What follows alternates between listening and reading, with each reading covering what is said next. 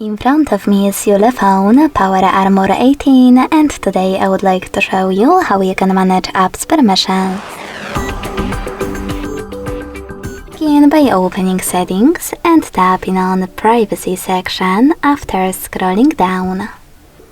Now click on Permission Manager and select one of your device's features that you wish to manage, or just access them to access one of your apps that you wish to manage.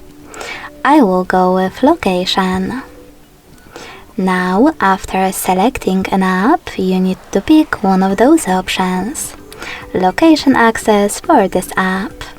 Allow only while using the app, ask every time, or don't allow. I will go with the first one, so when I tap and go back, I can see that my app just gained access to this device's location if I'm using it.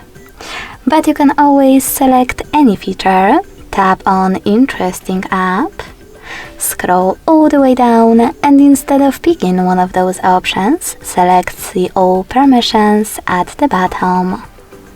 Then manage all of those only for chosen app the same way. Thanks so much for watching. If you enjoyed this video, leave a like, comment and subscribe. Bye!